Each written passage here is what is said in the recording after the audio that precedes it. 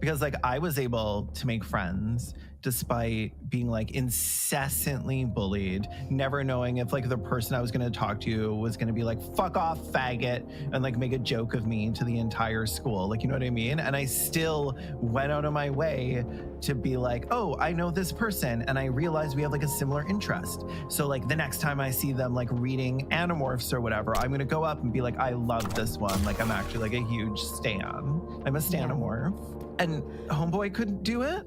Like, I have sympathy for him, like being shy and feeling he's unable to talk to other people. Where my sympathy stops is him, therefore resenting the people who didn't get to know him because he wasn't interested in trying. Fair.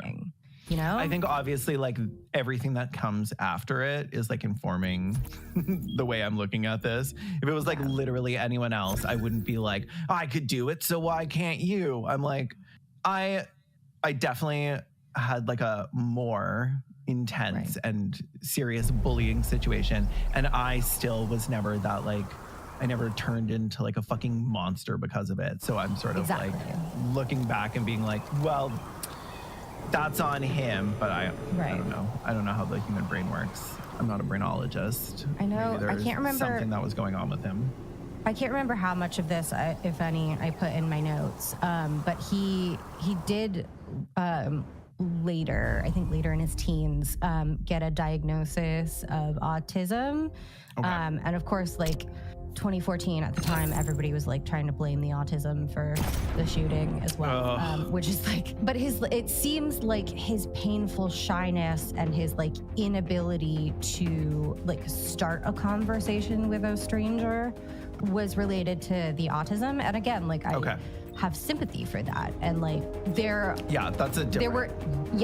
There were interventions that probably he didn't get because, you know, because of his autism. But like again, my sympathy only extends so far. Like when that turns into homicidal resentment. Like go on an autism forum on how to talk to people and on an incel forum on how to talk to people. Like you definitely should be reaching out for community and resources. It's just like so ugly that there are places on the internet perfectly tailored to funnel young men this way. The really horrible ones and not the ones that'll actually lead them to have like healthy, happy lives where they're like living exactly how they should be living, which is as themselves in community with other people, and instead into like hateful little gremlins that spend all their time online like learning how to hate themselves and everyone else more and more. Mm-hmm.